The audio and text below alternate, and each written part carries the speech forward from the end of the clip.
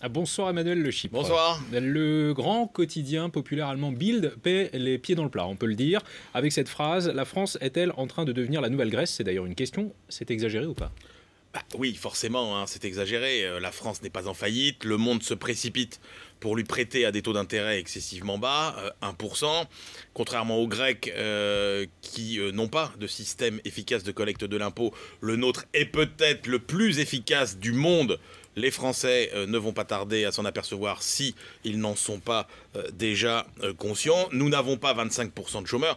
Donc oui, c'est exagéré. Il n'empêche que Bild fait quand même écho à des préoccupations émises par les dirigeants allemands. Gerhard Schröder récemment, dans un colloque, déclarait que la France, c'est comme l'Allemagne de 2003, l'homme malade de l'Europe, sous-entendu avant que je ne fasse les réformes qui ont remis l'Allemagne sur le chemin de la compétitivité. Et Gerhard Schröder lui-même ne fait que relayer le doute qui s'est emparé de la chancellerie allemande et du gouvernement, à savoir que le cocktail de hausse d'impôts trop forte et de réduction de dépenses trop faible, finalement ne pèse sur la croissance, ne fasse flamber le chômage et ne crée une défiance vis-à-vis de la France. Mais alors pourquoi de la part des Allemands exprimer de telles craintes? D'abord parce que la France, c'est le premier partenaire commercial de l'Allemagne. Quand votre premier partenaire commercial va mal, forcément, vous n'allez pas très bien. Et puis que la France, c'est l'autre moteur de la construction européenne. Et que si la France va mal, c'est un peu tout le plan de sortie de crise de la zone euro qui pourrait être remis en cause. Et de fait,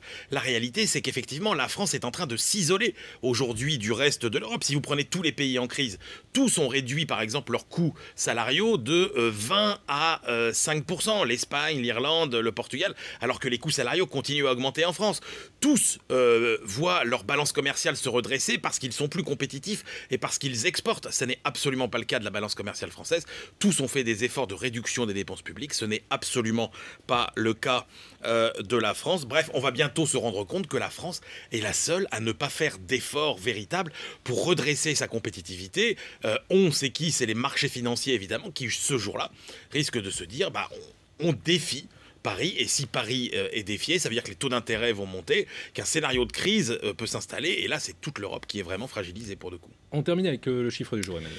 Oui, encore une autre mauvaise nouvelle, j'en suis désolé, c'est que selon l'Institut des politiques publiques, qui est pourtant, j'allais dire, entre guillemets, un institut dont le cœur penche plutôt à gauche, eh bien, ça n'est pas 3 milliards d'impôts sur le revenu supplémentaire qu'il faudra payer en 2013, mais 7 milliards selon les calculs de ces experts, a priori très compétents.